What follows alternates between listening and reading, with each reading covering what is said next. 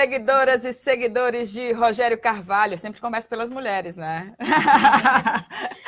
Estamos de novo aqui, cara a cara. Adorei, hein? Vocês atualizarem o calendário, virem aqui para quarta-feira e vocês estão aqui conosco para acompanhar mais um bate-papo. Aquele que você vai fazer aquela pergunta que você sempre quis para ele que está aqui ó, com a gente. E hoje a gente tem convidados especialíssimos, né, Rogério? Vários especialíssimos. Aqui o Marcinho, da UBS, a Adria, da Juventude do PT, a Flávia, do Levante, da Juventude. Aqui a moçada que pensa e que quer um Brasil melhor e um Brasil mais feliz, um Brasil feliz de novo. Olha, aqui tá tudo dominado, hein? Pela juventude, tá dominado. Gente, manda um oi para os seguidores, que tá todo mundo querendo falar. Hoje vai ser uma farra, porque a gente vai soltar os bichos aqui todinhos, ó. Deixa eu começar falando de uma coisa que é o nosso momento, e aí a juventude com certeza se preocupa com isso. A gente sempre começa a live com algum assunto, eu não deixei nenhum tema para essa semana, porque a gente queria fazer uma surpresa. Mas o momento político que nós temos hoje é um momento que preocupa. A gente vê um anseio da população por um Brasil feliz de novo. E quando a gente pensa no futuro, a gente lembra da juventude, a juventude quem vai viver mais especificamente as consequências do que a gente passar hoje. E aí, ó, tem um monte de gente já dando coraçãozinho. Será que o som tá bom? Dessa vez, dizem aí, hein? Ó, reclamou, a gente para, dá uma consertada, porque todo mundo tem que interagir. Deixa eu falar. E aí, a gente, quando pensa no futuro, a juventude pensa o que vai ser do futuro? Como é que vai ser? E aí a gente vivendo uma realidade dura hoje, Rogério, de desemprego, né? São milhões de brasileiros nesse problema. E como é que vocês encaram? Vamos começar com a juventude interagindo. Eu vou pedir licença a você, Claro. para a juventude interagir aqui com seus seguidores. E as perguntas já chegam para todos, inclusive para Rogério. Marcinho, começa com você. Quando você vê assim, desemprego, futuro, o que vai ser, hein? Então, é uma grande preocupação, né, Candice? Boa noite a todos aí que está acompanhando a nossa live, esse espaço muito importante que é dialogar, né, com o público da internet, né, um público que hoje em dia está de noite acessando as redes sociais, Facebook, Instagram, WhatsApp. E eu acho que isso já é um diferencial, Rogério Carvalho, tá dialogando, né, com as massas, com a juventude, principalmente. Olha, tô ficando arrepiado. Tô mesmo aqui, ó. Então, Rogério, é um momento muito difícil, né? Um momento de retirada de direitos. Em 2 anos a gente teve um retrocesso aí de mais de 20 anos, né? A gente só vê prejuízos para a classe trabalhadora, né? Retirada de direitos do ponto de vista até do salário que diminuiu R$10, né? O gás de cozinha aumentando, a gasolina também. E em meio a tanto retrocesso, né, ainda tem o desemprego, né? Que é um grande problema que atinge a juventude diretamente. E isso nos preocupa muito, a juventude que hoje sai do ensino médio, né, que pretende trabalhar, né, a juventude da universidade, que é um grande problema para nós todos, entendeu? E a gente queria saber, assim, o que você acha, né, referente a isso, né? Eu acho que você pensa, né, em construir um novo Brasil enquanto um parlamentar nacional, porque Sergipe precisa de um parlamentar atuante, né? Um parlamentar que esteja diretamente dialogando com as massas, com a juventude, para querer resolver esse problema que aí está aí hoje, né? Bom, primeiro que a juventude tem hoje um baixo protagonismo econômico e social, né? Nós não podemos falar de protagonismo sem empregabilidade, sem trabalho, sem autonomia, né? É importante pensar como garantir oportunidade de trabalho e de liberdade econômica para a juventude, para que ela possa construir a sua própria caminhada na vida, sua autonomia, ajudar as famílias, e isso requer um repensar do modelo de desenvolvimento econômico que a gente tem no nosso país, né? Eu acho que e os estados como tal, ou seja, o ente federado Estado precisa focar no desenvolvimento econômico. Isso significa fazer investimento em diversos setores da economia para ampliar a capacidade produtiva, para gerar emprego de qualidade, não empregos sazonais de temporada, mas empregos de qualidade que possa absorver a inteligência de quem sai da universidade, né? Temos que ter uma preocupação com isso, que é fundamental, que é quem recebe e como receber essa juventude, mas temos também que estar preocupado com as conquistas que tivemos e que corre o risco da gente perder, né? Por exemplo, a ampliação das vagas das universidades federais, o ProUni, o FIES, que abriu a possibilidade da juventude ter acesso ao ensino superior. Então, como nós vamos resistir às investidas para reduzir recursos nessa área e diminuir as oportunidades da juventude? Nós precisamos resistir a isso de forma muito dura. Precisamos ser duros em relação a isso, porque, na verdade, quem tem condição financeira, quem vem de uma família rica, isso não é uma preocupação. Mas quem não é uma preocupação, porque você muda a vida de uma família quando você tem acesso a ensino superior. Por exemplo, se olhar para a minha geração, na minha cidade, quem foi que teve destaque? Quem estudou, né? Eu vou dar um dado para vocês. Na minha cidade, quando eu entrei na faculdade em 1986, tinha 7 estudantes universitários. A minha cidade, Lagarto, hoje, tem 10 mil estudantes universitários. Imagine o que muda para a vida dessas famílias. Você imagine numa comunidade rural, que é Lagarto, o impacto dos agrônomos, dos zootécnicos, das diversas profissões na vida ali, organizando os arranjos produtivos familiares. Como muda a visão das pessoas. Então, eu acho que a gente tem um desafio muito grande, que é manter essa política, lutar para que isso aconteça, mas a gente precisa pensar no desenvolvimento econômico para absorver essa mão de obra. E acho que a gente tem um outro desafio, que é evitar que a nossa juventude seja cooptada, ela seja levada pelo descaminho do crime, de outros caminhos que não são os caminhos da construção que a gente espera que a gente possa ter. Por exemplo, está aqui Flávia, estudante de medicina, né? Com a emenda constitucional 95, que reduz o gasto na área social, de uma maneira geral. Qual é o problema que vai impactar? Vai impactar na saúde, vai impactar na empregabilidade, no valor da remuneração, na oportunidade de trabalho para os profissionais da área da saúde, por exemplo, profissionais da área da educação, profissionais da área do serviço social, da assistência social. Então, é um momento que a gente precisa, de fato, refletir e se preparar para fazer essa luta. E a energia de vocês é fundamental. Olha, não existe transformação, não existe luta com força sem a energia da juventude.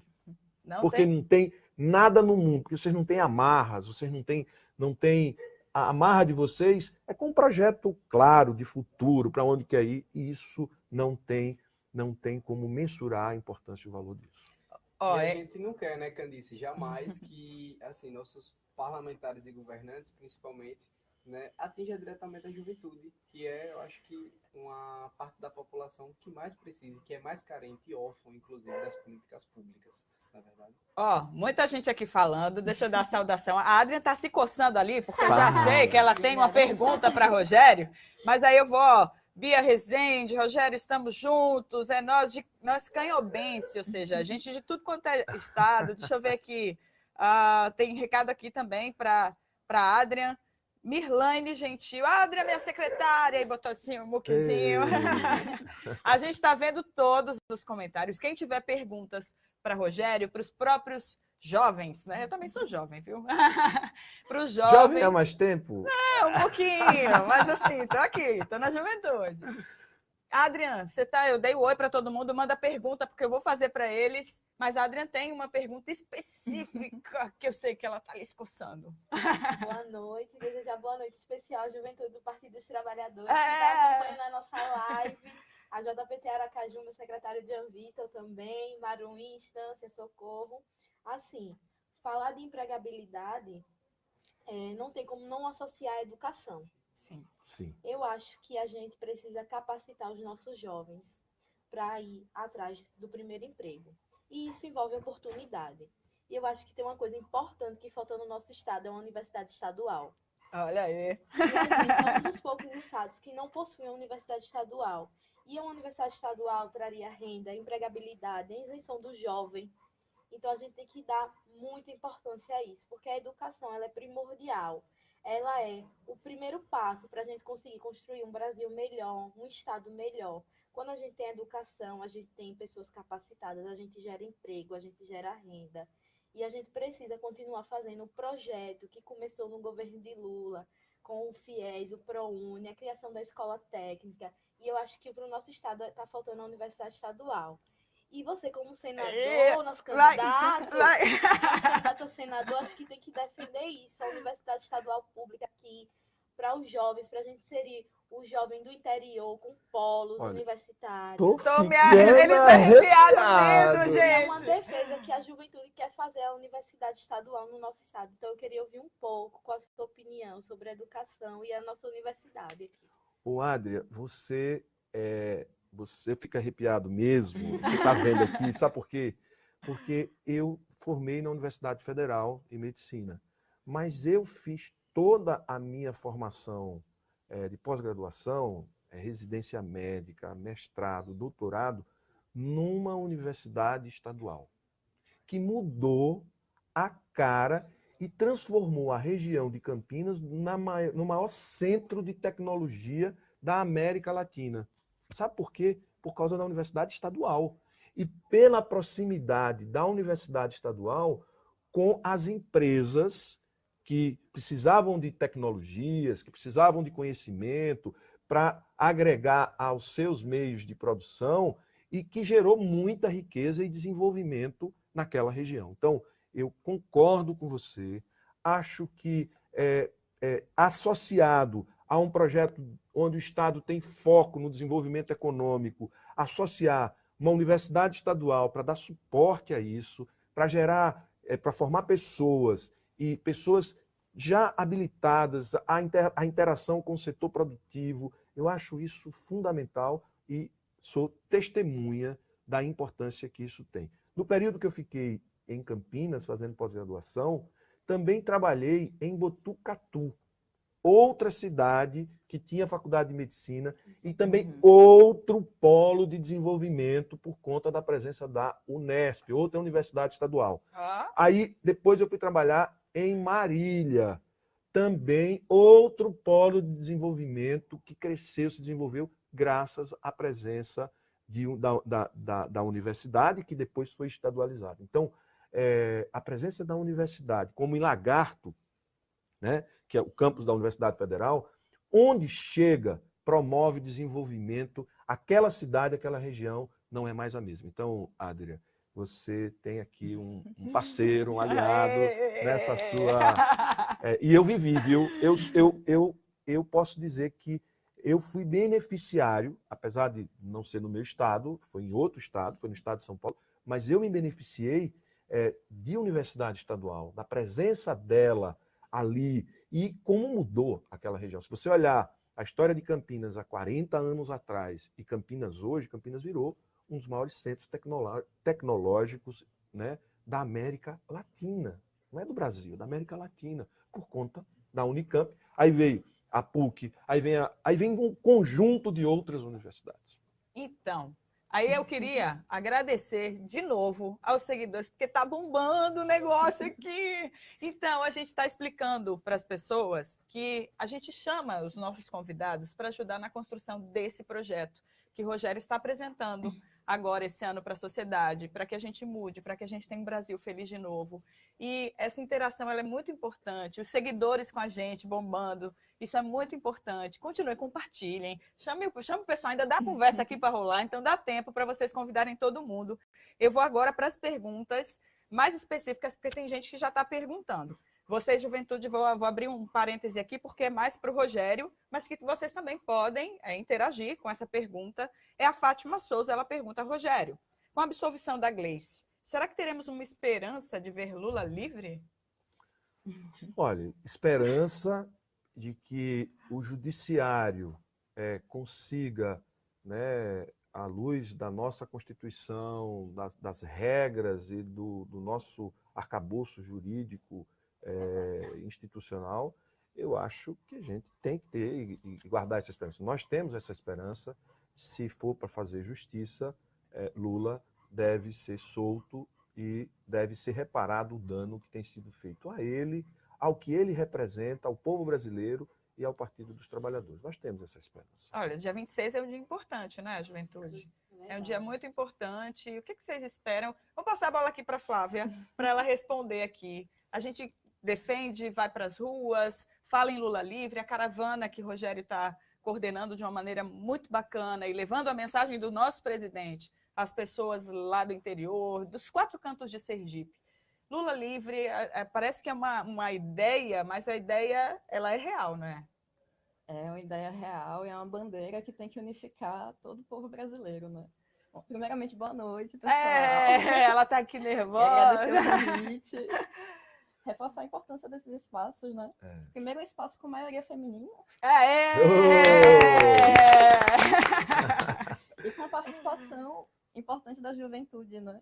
Essa participação para além da juventude na política, para além do momento do voto, para além dos 2 em 2 anos, quando a gente é convidado a participar, ter a oportunidade de construir qual a política que a gente quer, qual o programa de governo que a gente quer, são iniciativas muito importantes para esse próximo período que a gente vai viver, que traz muitos desafios, né? E em relação ao dia 26, Sim. que é mais uma data importante, decisiva, né? Porque tem muita coisa em jogo nessa eleição de 2018. Acho que o que está em jogo nesse momento é a possibilidade de legitimação do golpe parlamentar. Sim. A gente tem um programa que está sendo implantado que não foi eleito, que não é aceito pelo povo, que não é aprovado pelo povo. E em 2018, esse enfrentamento com o bloco golpista representa uma possível derrota. O enfrentamento do bloco golpista é uma possibilidade de legitimar todos os retrocessos que esses 2 anos representaram. Então, por isso que o Lula livre, que a eleição de parlamentares progressistas foi um período que mostrou para a gente também o papel que o Congresso, que o Senado cumpre no jogo da política. Sim. E sem candidaturas progressistas ali dentro, a gente fica de mãos atadas, né? Exato. Qual a possibilidade que a gente vai ter de intervir em tanta coisa importante que está acontecendo nesses espaços? Então, a gente conseguir, nesse momento, unificar todo o povo brasileiro em torno dessas bandeiras do Lula livre, de revogar todas essas reformas que foram, todos esses retrocessos que aconteceram até agora, né? Nesse comecinho da conversa, vários desafios foram surgindo, só que a gente também está num momento de blindagem do Estado, né? Sim. Como que a gente consegue avançar na educação, como que a gente consegue avançar na soberania nacional, consegue gerar emprego, gerar renda, voltar a ser feliz de novo, né, como vocês falaram, no momento em que os gastos em direitos sociais estão congelados pela PEC, com trabalho precarizado pela emenda 95, o trabalho precarizado pela reforma trabalhista, né? Todas essas medidas que marcaram muito esse período e que representam um impacto muito grande em nós da juventude, que representam uma retirada da perspectiva que a juventude tem de avançar. Então, estamos juntos nessa luta para conseguir ocupar, disputar esses espaços. E a unidade do povo, a unidade da esquerda nesse momento é fundamental para a gente enfrentar tudo isso. A unidade precisa ser do tamanho da força do inimigo. Né? E o inimigo está vindo com tudo. Estamos aqui construindo a Frente Brasil Popular junto. E é importante também a eleição de candidaturas que se comprometam com o fortalecimento da frente, com a construção de força social, para depois de eleitas conseguirem também enfrentar os próximos passos, que a eleição é só o começo desse desafio. Rogério, você sabe do seu desafio, não é? Eu sei. Eu quando Flávia fala, eu lembro que Lula é o maior opositor ao golpe. Sim. E o fato dele ser o maior opositor ao golpe, ele corre o risco da gente não tê-lo solto dia 26. Então, se ao mesmo tempo a gente tem a esperança de que a luz e a lei pudesse prevalecer, a gente tem também a preocupação com o fato dele ser o opositor ao golpe. E todo opositor a um regime autoritário, ele é muito perseguido e excluído da sociedade. A gente viu que no regime militar, o Figueiredo e o Geisel, eles perseguiam e matavam seus opositores. Agora, num regime autoritário, o que eles fazem? Eles, como disse o Papa Francisco, né, eles difamam, depois incriminam, condenam, prendem, caçam os direitos políticos e retira a pessoa do debate político e da vida pública. Então, nós precisamos ter essa clareza de que o que você disse é verdade, nós precisamos estar preparados para uma batalha dura, né? Mas que eu acredito muito na força das ideias que a gente representa, porque são ideias que buscam levar a felicidade para todos, são ideias que são extensivas e cabe a gente, na nossa luta cotidiana, envolver o máximo de pessoas e fortalecer esse movimento de luta por um país, por uma sociedade mais justa, mais equilibrada, mais distribuída, né? Riqueza distribuída. Olha, tem muita gente, você quer falar, a Adriana quer falar, muita gente mandando mensagem de incentivo a vocês, viu? Marcinho, Adriana, olha, depois vocês vão lá, olhar no nosso Face, no Face do Rogério Carvalho 13, para lá dar uma olhada nos comentários e ver quanta gente ali interagindo. Tem mais perguntas, mas a Adriana faz o seu complemento para que a gente continue nossa conversa.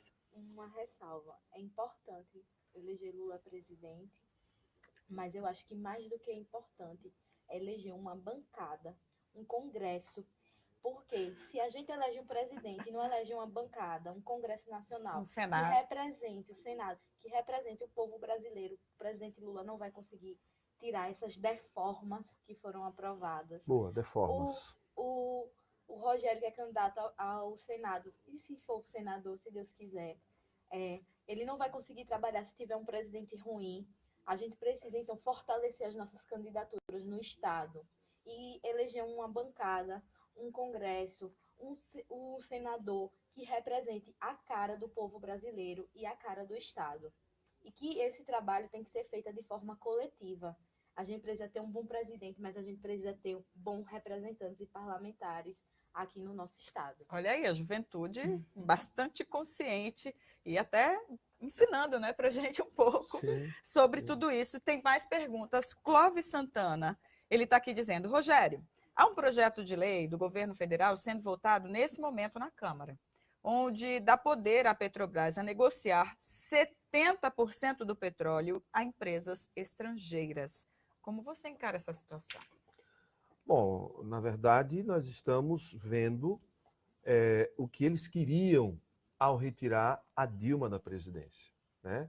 Eles queriam, primeiro, a retirada dos direitos, diminuir e quebrar essa rede de proteção social que foi criada, que fortalece as pessoas, que fortalece a sociedade como um todo, uma sociedade mais autônoma, mais liberta, certo? Era isso que a gente estava construindo.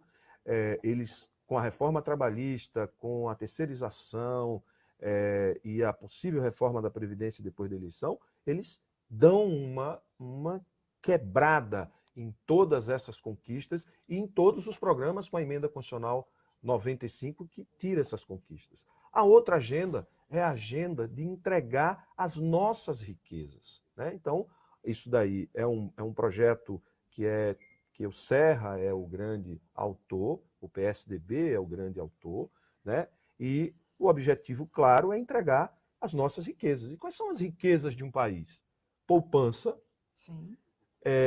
minério, petróleo e terra. Foi o que eles fizeram. Acabou o limite para o estrangeiro ter terra no Brasil. Então o cara pode chegar aqui e ser dono de uma gleba maior do que o estado do Sergipe, de uma fazenda do tamanho do estado, que seja do tamanho de 2 Sergipes. O cara cria um território, porque ele é dono individualmente, né? Então, esse é as nossas águas, o aquífero Guarani que é o maior reserva de água doce subterrânea do planeta, que fica aqui entre São Paulo e Uruguai. A Nestlé e a Coca-Cola estão tensionando para o Congresso fazer uma consulta se pode transformar num ativo que possa ser comercializado, vendido, e, obviamente, que o petróleo é uma riqueza que estava programado para o investimento na educação e na saúde, era 75% da educação e 25% para a saúde.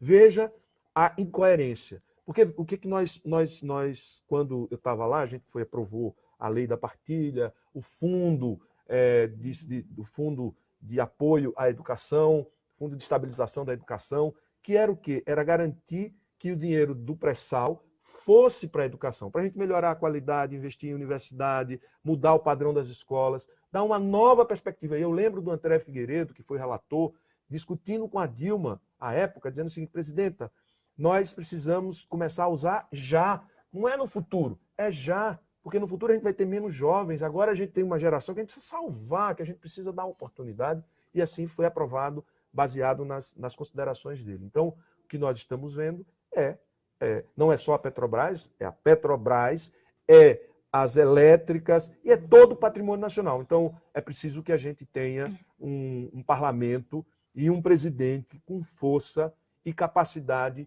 com capacidade de mobilização da sociedade para que a gente possa acabar com as deformas que estão sendo feitas no nosso país. Eu gostei muito desse do deformas, termo que você usou. hashtag deformas. Deformas, porque não são reformas, são deformas e desestruturação. Eles estão desestruturando a rede de proteção social, a economia, estão desestruturando o país, em última análise.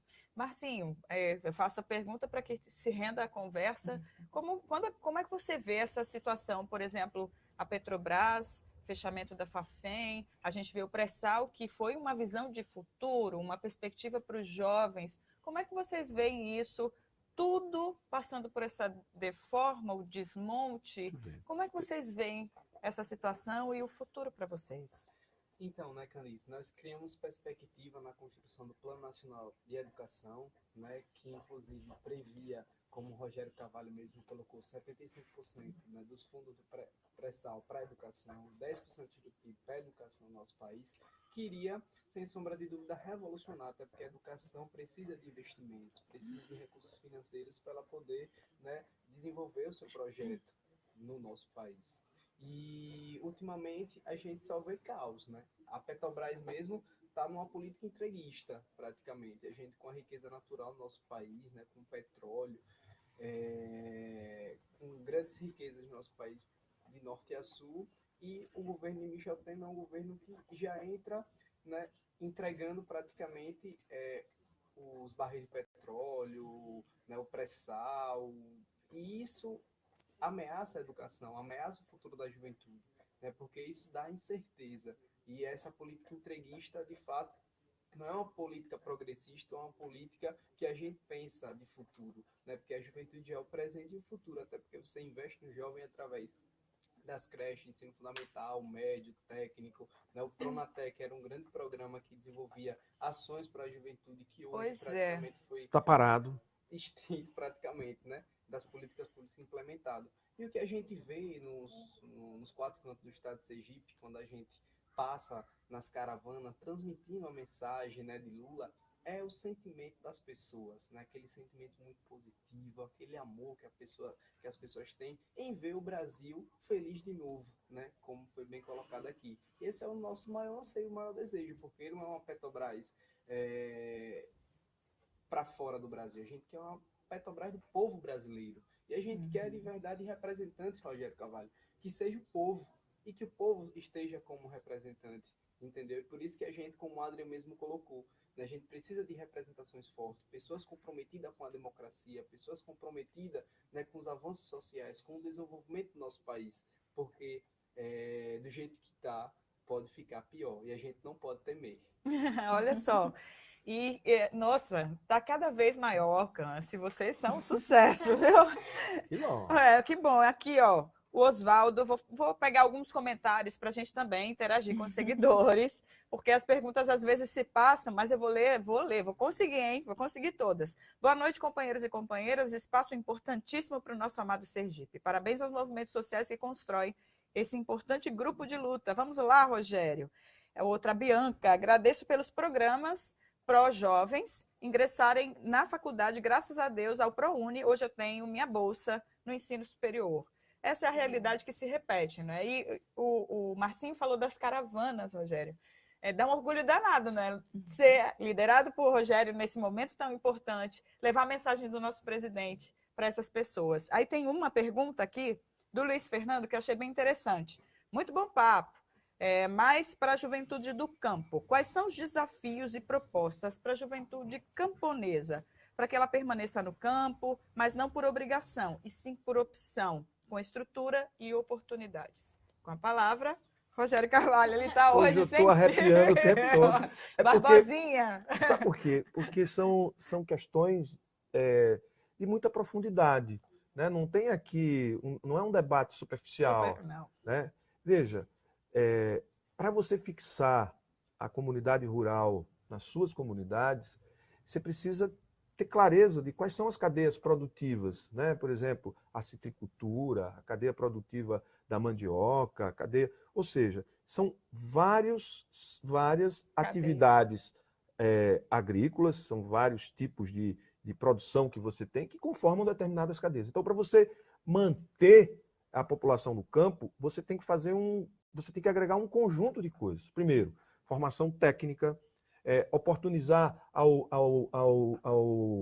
à juventude do campo acesso à universidade, à escola técnica. Você precisa oportunizar aquela família acesso ao crédito, precisa ter aporte e conhecimento tecnológico com criação de agroindústrias que possam servir a vários produtores rurais, criação de cooperativas de créditos. Nós precisamos, na verdade, fazer uma revolução que agregue vários conteúdos, né, a esta comunidade, que é fundamental. Então, ter acesso à universidade, ter acesso à formação técnica, ter investimento para que a capacidade produtiva dessas famílias possam ter valor agregado à sua produção, que tenham cooperativa de crédito para que a riqueza gerada pelo dinheiro que circula naquela comunidade fique com a própria comunidade. Então, é preciso um projeto de desenvolvimento econômico que olhe para todos. Olha, se a gente olhar bem, e você falou aqui algumas coisas, todos falaram, o que é que fez do governo Lula um governo forte? A diversidade. Foi olhar para todos os setores. Foi ter política para cada segmento da sociedade. Então, nós não podemos olhar para a economia e achar que o setor de petróleo e gás é muito importante, porque ele gera muito mais riqueza, e deixar de olhar para a agricultura familiar, deixar de olhar para a produção agrícola e agregação de valor a essa produção. Ou seja, a gente precisa ter um olhar muito diverso, né? Quer dizer, muito diversificado para todos os setores que conformam a nossa economia, para garantir que a riqueza seja gerada e que envolva muito mais gente. Então, se uma família pode ganhar, ter uma renda média de R$5.000, por que ela vai continuar tendo uma renda média de R$1.000? Para ela ter uma renda média de R$5.000, precisa de muito investimento na atividade produtiva. E é possível fazer isso? Claro que é. O mundo inteiro fez, o mundo inteiro que se desenvolveu, investiu nas comunidades rurais, mantém as comunidades rurais. É possível fazer isso?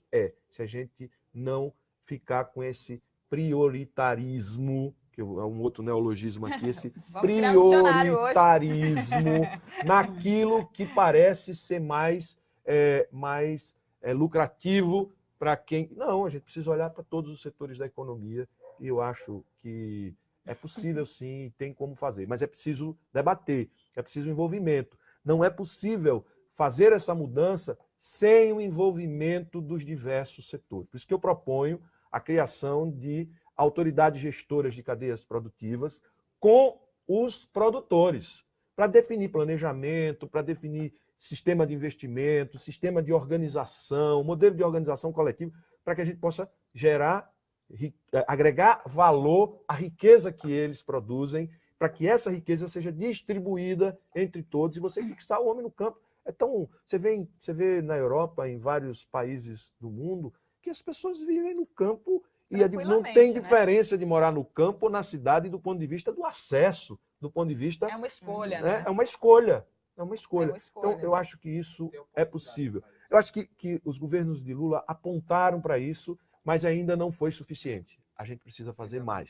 precisa avançar muito mais. Qual é o problema? A gente tem um governo que deforma.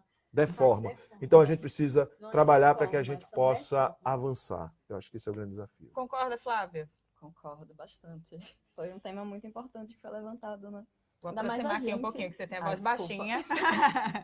Tá dando pra ouvir, né? Tá dando, galera? Aê. A gente vive num estado em que boa parte da população mora no campo, depende do campo, depende da agricultura familiar. E a gente vinha falando aqui, desde o início do programa, né? Em desenvolvimento, desemprego. É uma pergunta que nos puxa para falar de desenvolvimento sustentável. É uma pergunta que nos puxa para falar de saúde. Como falar em saúde sem falar em alimentação de qualidade. Quem põe alimentação de qualidade na mesa do povo brasileiro é a agricultura familiar. Sim. Representa boa parte da produção e é necessário que os investimentos sejam correspondentes à importância que esse modelo de produção, que esse modelo de desenvolvimento tem. Então, a gente está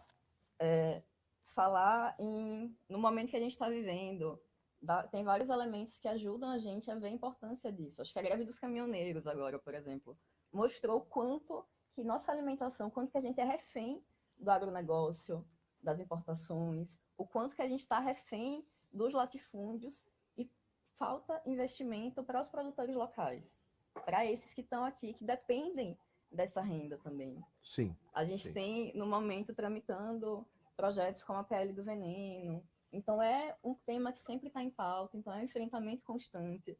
Então, é importante que os nossos parlamentares se comprometam com a agricultura familiar, com a agricultura sustentável, com a agroecologia. É um tema legal para ser debatido hoje, né? Olha, a nossa estrela da noite, ela não poderia faltar. Puca, Puca com vocês, tomou conta Puca! Ela já chegou tomando conta do pedaço. E todo mundo aqui Uma boa apaixonado por Puca. Com certeza, os seguidores loucos para fazer isso aqui, ó, nela. Estou fazendo por vocês, hein? Vamos continuar a rodada de perguntas. Tem muitas perguntas, muitas direcionadas para o Rogério, mas eu vou buscar aquelas que têm uma amplitude maior, para que todos participem e que envolvam a juventude, já que a gente hoje está tratando especificamente desse assunto. Rogério, qual a sua avaliação dos cortes nas políticas de extensão universitária feitos pelo governo de Temer? A pergunta é de Matheus Pacheco. Bom, é um tema recorrente, né? Na verdade, tudo que diz respeito a mobilizar e promover a inclusão, né? Levantar, dar oportunidade, incorporar novas linguagens, que é o que de fato inclui, tem corte. Então, quando a gente fala em inclusão, quando a gente fala em desenvolvimento, a gente tem que falar na incorporação de linguagens. Quanto mais linguagem uma comunidade, um indivíduo incorpora na sua vida, mais incluído e mais viável e mais forte ele fica para enfrentar os desafios de um mundo globalizado, certo? Então, quando você corta políticas de extensão, você está impedindo que essa juventude possa ter acesso à vida real e à incorporação de conhecimentos, a prática cotidiana, o envolvimento com a comunidade, ou seja, é a face de um governo que não tem compromisso com o desenvolvimento sustentado, com o desenvolvimento da sociedade como um todo. É um governo economicista, vamos assim caracterizar, um governo que pensa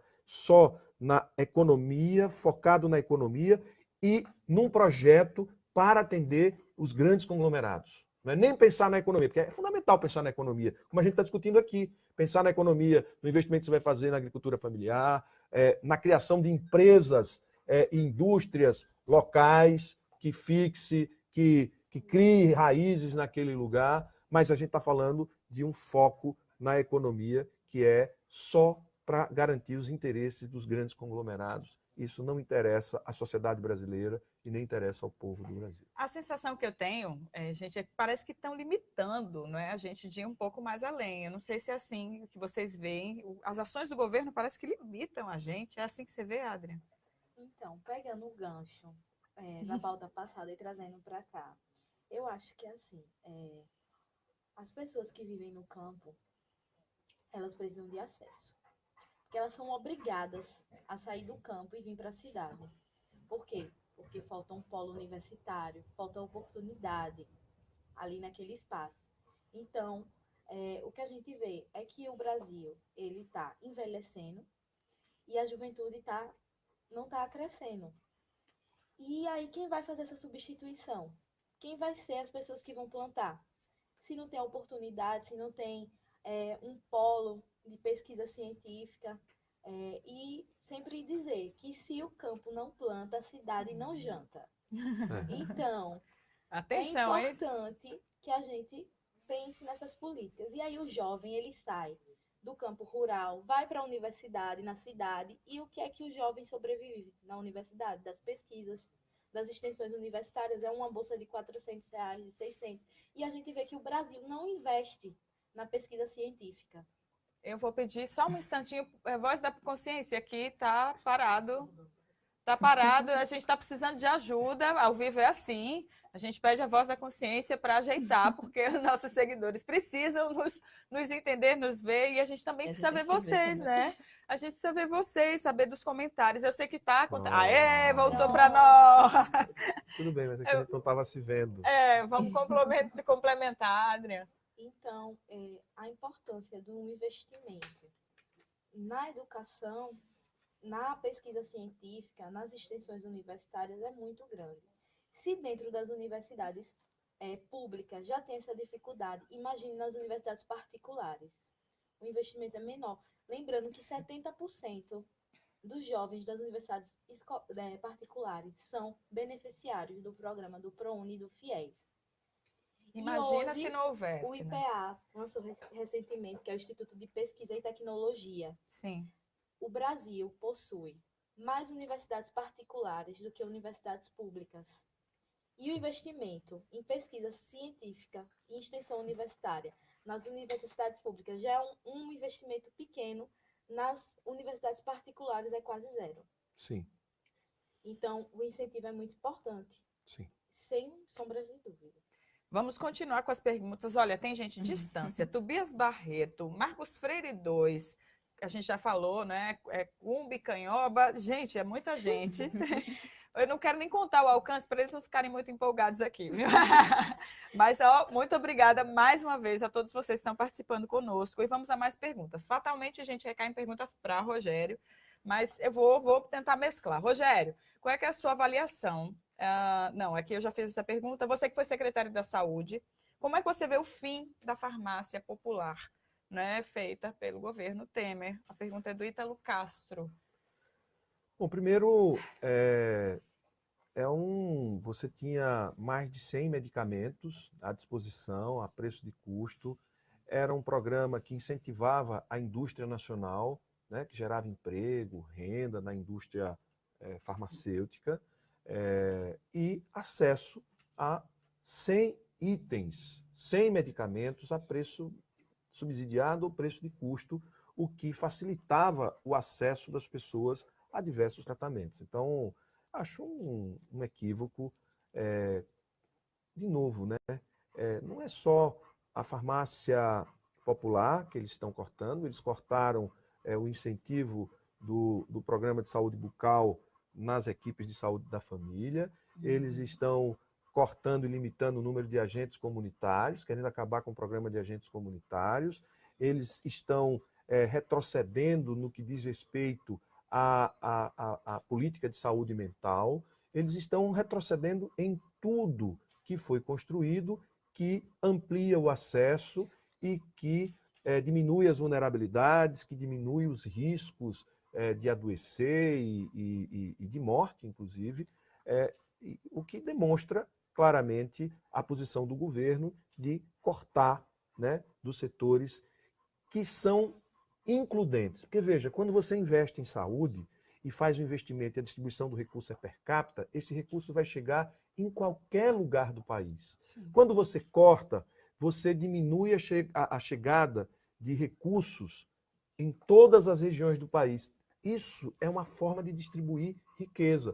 Como é uma forma de distribuir riqueza o Bolsa Família, como é uma forma de distribuir riqueza o benefício da aposentadoria, como a seguridade que saúde, assistência social e previdência distribui riqueza. Porque vai para onde o dinheiro e a riqueza vai para onde as pessoas estão. Então, isso movimenta o comércio, isso movimenta a vida de todas as localidades. Então, o que a gente vê é um ataque frontal à seguridade, aquilo que gera proteção à vida das pessoas. Então, em outras palavras, este governo é um governo que não tem compromisso com a vida. Certo? Não tem compromisso com a vida. E o pior é a gente ver parlamentares, né, se trocando por emendas, entregando o seu povo, a vida do seu povo, por emendas. Certo? Para poder atender a esses interesses que retiram da mão das pessoas. Quando eu tiro a Bolsa Família de uma mulher, de uma família, e pego esse dinheiro e concentro na mão de um cacique político, isso é um retrocesso. Quando eu corto o dinheiro da saúde, que ia para o trabalhador, que ia para o benefício, eu estou concentrando riqueza, eu estou dando e botando na mão do político para distribuir sob a forma de emenda. Isso é um retrocesso, é a cara do atraso e do passado que nós achávamos que tínhamos superado. Infelizmente, não superamos e precisamos lutar para que isso seja superado definitivamente no nosso país. Jovens, vocês têm consciência disso? Vocês têm consciência dessa movimentação? É preciso o quê para, de repente, atingir a maior parte da juventude esse tipo de manobra? Vocês estão atentos a isso? Vem a Flávia. Ela na linha da saúde, né? Então, eu acho que é importante colocar que o SUS é um dos maiores patrimônios do povo brasileiro, né? Sim. Então, ataques ao sistema de saúde, ataque a todos esses programas que representaram um avanço absurdo na condição de vida da população. 70% da população brasileira é exclusivamente dependente do SUS. E mesmo aqueles que têm seu plano de saúde privado dependem do SUS para várias outras coisas, desde segurança alimentar, vacinação, transplantes, os tratamentos de alta complexidade, a atenção básica. A gente tem um sistema de saúde que sempre foi referência mundial e que vem sendo asfixiado aos pouquinhos, né? E no momento que a gente está agora, no momento de crise, no momento de precarização das condições de trabalho, de acirramento das condições de vida, de aumento da violência, saiu recente aí também o mapa da violência, Sergipe com um dos maiores números de homicídio do país. Então, a gente tem uma precarização no geral e nossa população adoece. Nossa população está cada vez mais doente, está cada vez mais precisando de um sistema de saúde forte e a gente vem sofrendo ataque atrás de ataque. Sem contar o envelhecimento, sem contar o envelhecimento da população, né, que aumenta e precisa de mais recursos. Foi aprovada a nova PENAB também, que tira a obrigatoriedade do agente de saúde na equipe de saúde da família. Não se faz atenção básica sem agente de saúde. É um profissional muito importante para que todo o serviço funcione. Então, são vários ataques. E é bom a gente lembrar também, né, que no contexto de congelamento dos gastos, um corte agora é um corte para os 20 anos. Próximo ano é esse reduzido. Então, a cada ataquezinho... Ataquezinho não, super ataque. São só ataques assim, bombardeios. Multiplicado. Eu queria só lembrar o seguinte, no governo Lula, eu consegui trazer para Sergipe, entre Lula, no governo Lula e no governo Dilma, certo? Eu consegui trazer para o estado de Sergipe, por ano, 90 milhões de reais para custeio. Sabe o que significa isso? São 90 milhões que viram em 10 anos 900 milhões de reais, que viram em 12, ou seja, é eterno. Significa dinheiro na veia da economia. Isso significa emprego, significa melhoria do comércio e significa distribuição de riqueza. Porque, ao contrário do que as pessoas dizem, gastar com saúde, não é gastar, é investir num setor que gera, que movimenta a economia e que produz, e que protege, e que reabilita aquilo que é o maior patrimônio que a gente tem, que é a vida. Então, veja, é um governo que não dá nenhum valor à vida. Esse é um grande problema. Olha, já falamos de saúde, educação. Adri, a gente começou a tocar no assunto de segurança, né?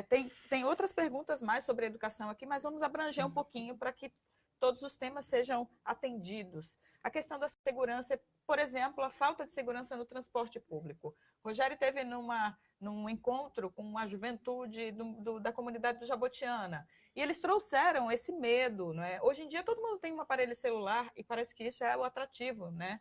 Para a maior parte dos assaltos que acontecem hoje em dia. E também no transporte público, você entra num coletivo morrendo de medo. Vocês passam por isso? É uma demanda de vocês? Vocês pensam na segurança e querem efetivamente uma política pública de um pré-candidato ao Senado em relação a isso? Eu acho que a segurança ela é uma peça fundamental para o desenvolvimento de um estado, de uma cidade.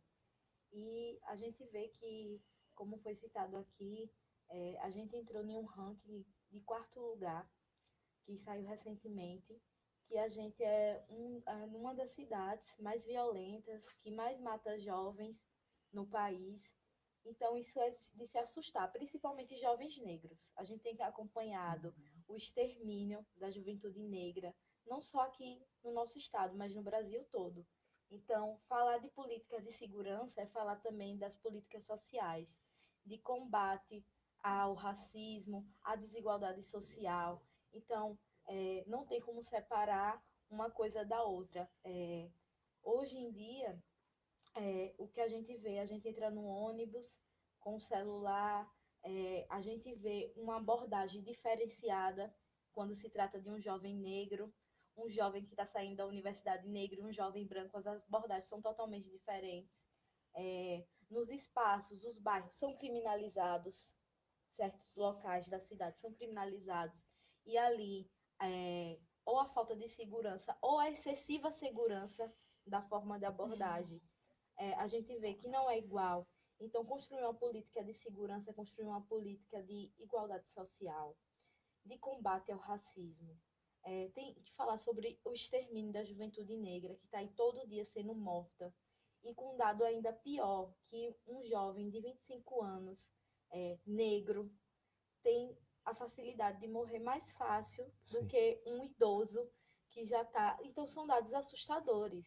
Então, falar de segurança pública... É de entristecer, né? a gente fica realmente triste quando vê a política de segurança pública sendo feita de uma forma errada. A política de segurança pública ela não é feita com segurança, ela é feita com racismo.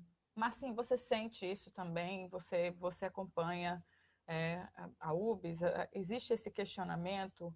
As políticas sociais falham e a consequência disso também recai na criminalidade, na violência? É um grande problema, Candice, principalmente nas escolas públicas, né? Tanto na rede estadual, municipal e até mesmo na escola privada. Né? É um grande problema para os jovens hoje. Saúde! Para os jovens hoje que vai para a escola estudar, não é nada fácil. Principalmente para o estudante que acorda cedo todo dia, pega um ônibus, né, que ali já está à mercê da criminalidade, querendo ou não, devido a uma política que não é de hoje, né, uma política que vem de muitos tempos atrás, que não investe isso, justamente, de não investir na educação, que é um grande problema, entendeu? Nos últimos governos Dilma, a gente teve grandes avanços nos institutos federais, né, de investimento para a educação, mas a gente precisa de mais, né, de muito mais, né, para a gente poder combater de fato esse problema, porque o problema da segurança pública também é um problema de educação, entendeu? E esse problema acaba entrando dentro das escolas públicas, né? Aquela escola que tem um muro alto ou que tem um muro baixo, que acaba muitas das vezes, né, limitando a comunidade para dentro da própria escola. E isso é um problema grave que a gente tem hoje, né? De escolas que passam por arrastões, né? De jovens que estão no terminal indo para a escola que rouba celular, né? São fatos e relatos que atingem diretamente a juventude. Segurança pública é um problema...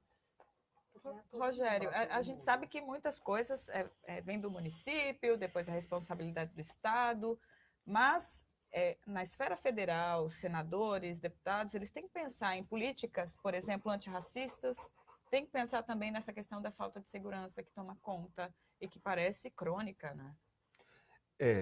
Veja, aqui tem um consenso que a gente vê que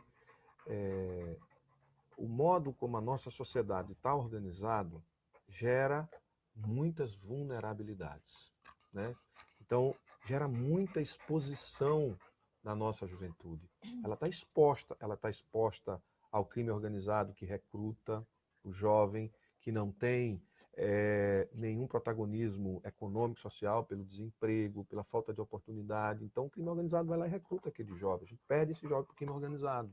Você tem... Isso é uma vulnerabilidade. Está vulnerável por quê? Porque não tem emprego, porque não tem renda, porque, de alguma forma, precisa encontrar uma saída, né?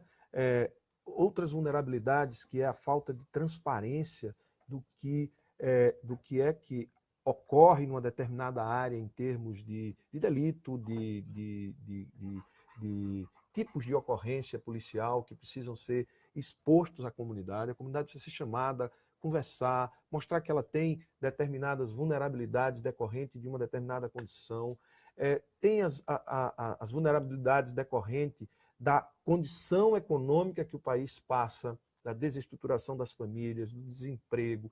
Ou seja, precisamos pensar numa política de segurança Sim. que vá além do combate ao agente delituoso, que estabeleça regras gerais de diminuição das vulnerabilidades das pessoas que residem, né, e que circulam nas cidades, mas a gente precisa pensar num país mais justo. E veja, tudo que a gente está falando aqui depende de um país que possa caber todos os brasileiros, né?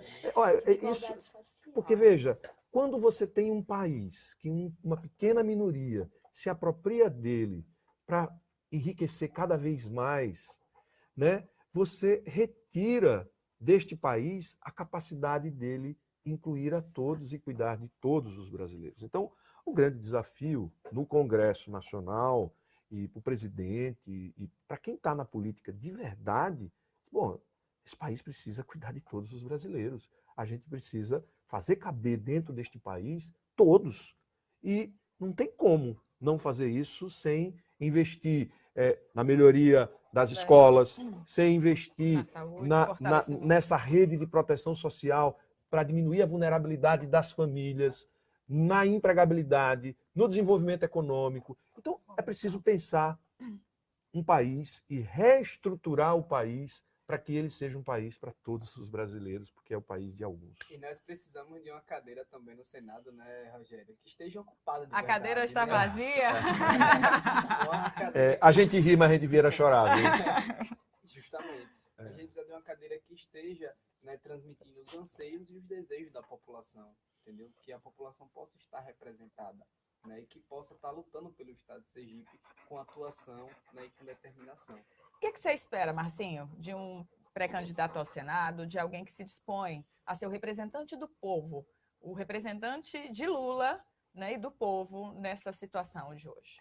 Eu espero que tenha mais momentos desses, não só com a gente, mas com o povo, né, Candice, que é, sem sombra de dúvida, fundamental para qualquer mandato, né? Durante sua gestão, durante seu mandato, estar presente nas comunidades, nos bairros, entendeu? Vivenciando a dificuldade das pessoas, o dia a dia, ouvindo, olhando no olho das pessoas, sentindo um pouco mais das dificuldades, para a gente poder ter representatividades mais atuantes, entendeu? Porque a gente está órfão disso e o povo está cobrando, querendo ou não. E esse é um sentimento coletivo. Acho que a política está vivendo um momento diferente, né? E esse momento que a gente vivencia hoje, a atual conjuntura, é um momento de a gente acreditar, né? E acreditar que pode melhorar, que as coisas vão mudar e mudar para melhor. E construir um novo Brasil que a gente espera para as próximas gerações, né, com parlamentares atuantes. Por isso que a gente espera, né, com comprometimento, tanto você como pré-candidato a senador, que possa, durante todo esse processo eleitoral, acumular, entendeu? Bagagem para poder desenvolver uma grande gestão. Olha, antes de eu continuar a perguntar a Adrian, que eu vou perguntar a Adrian e também a Flávia, o Luiz Fernando, ele fez questão de responder, botou: valeu pela maestria da resposta, RC.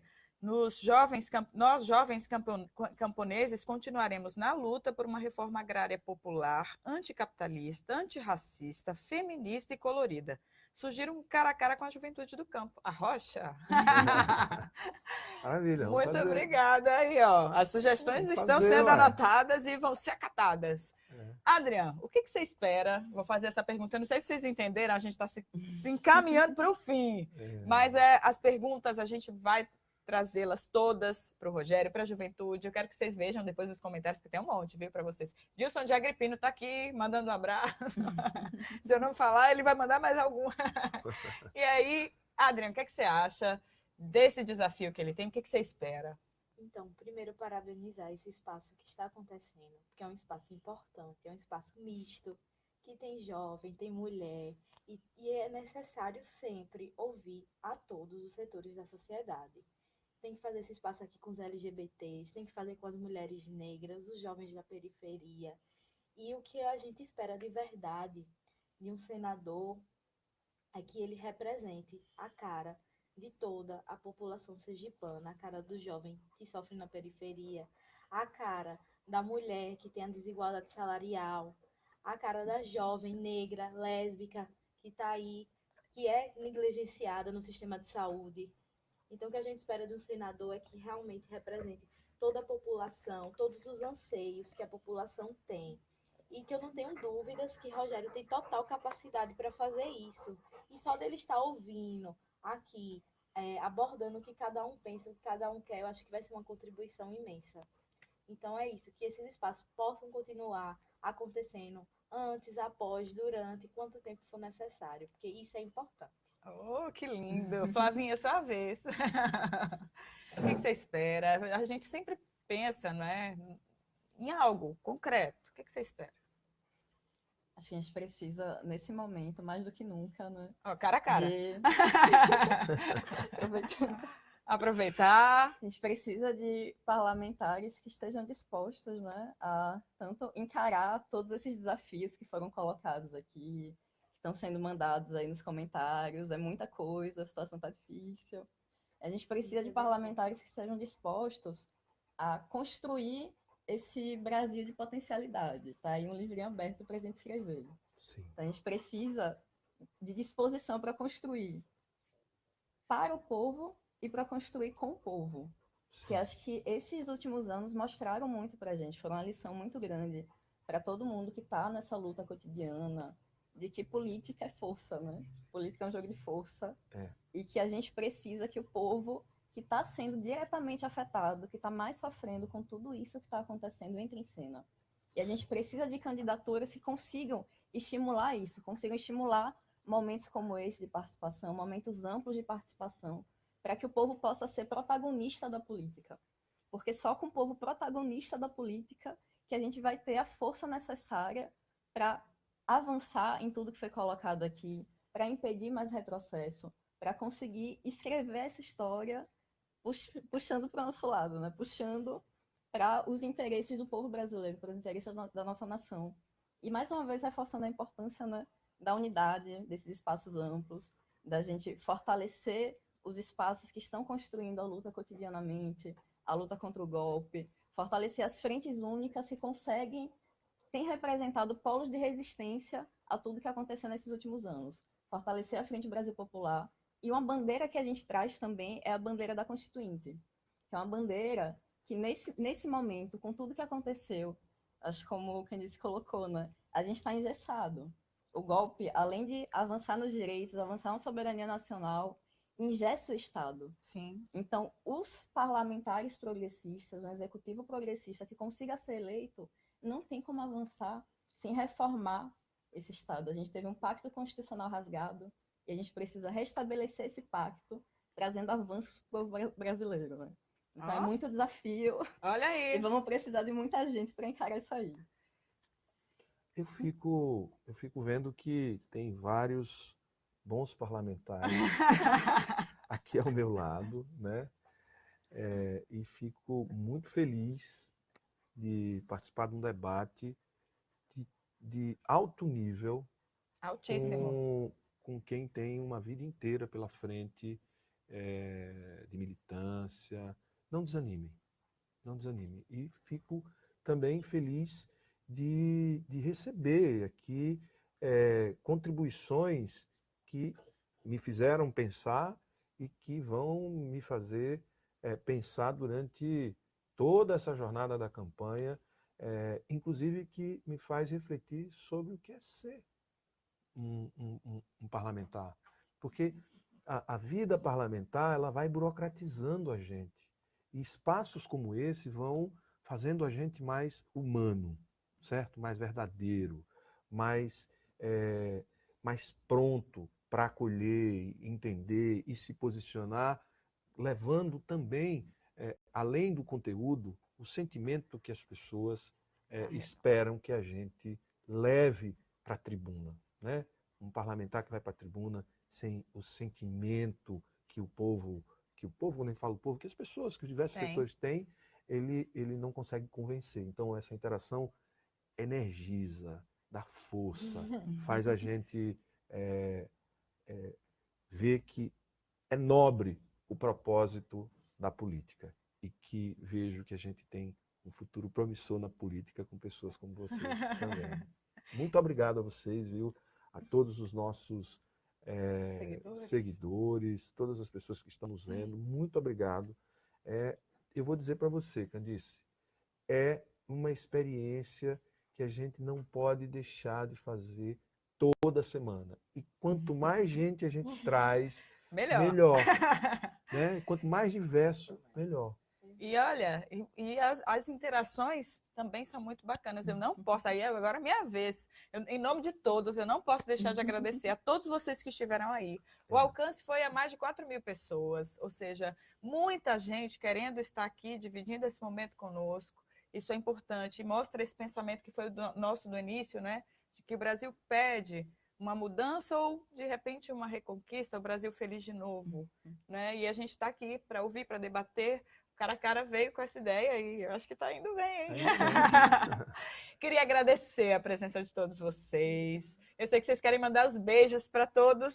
A UBS, o JPT, o Levante. Eu queria dizer à juventude da UBS, que tem acompanhado as nossas caravanas, a juventude do PT, que força, e da hein? UBS, que tem dado um brilho, uma beleza, uma energia que contagia por onde a gente passa.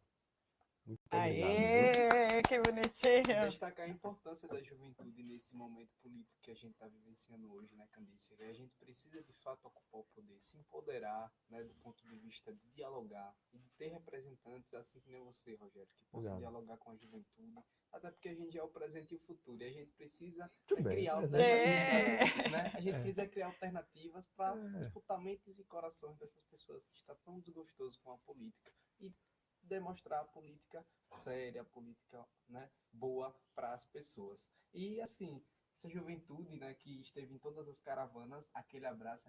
Aquele abraço. Lula livre. Lula livre. Vou fazer só mais um complemento. Se você perdeu essa live agora, acompanha no Facebook do Rogério, vai estar lá em destaque. Olha, o YouTube dele também já está funcionando, hein? Se você perdeu algum vídeo, todos os vídeos que a gente posta, aí você se perdeu, vai lá, que estão todos lá.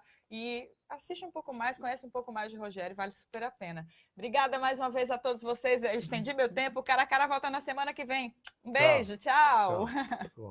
Lula livre, Lula livre.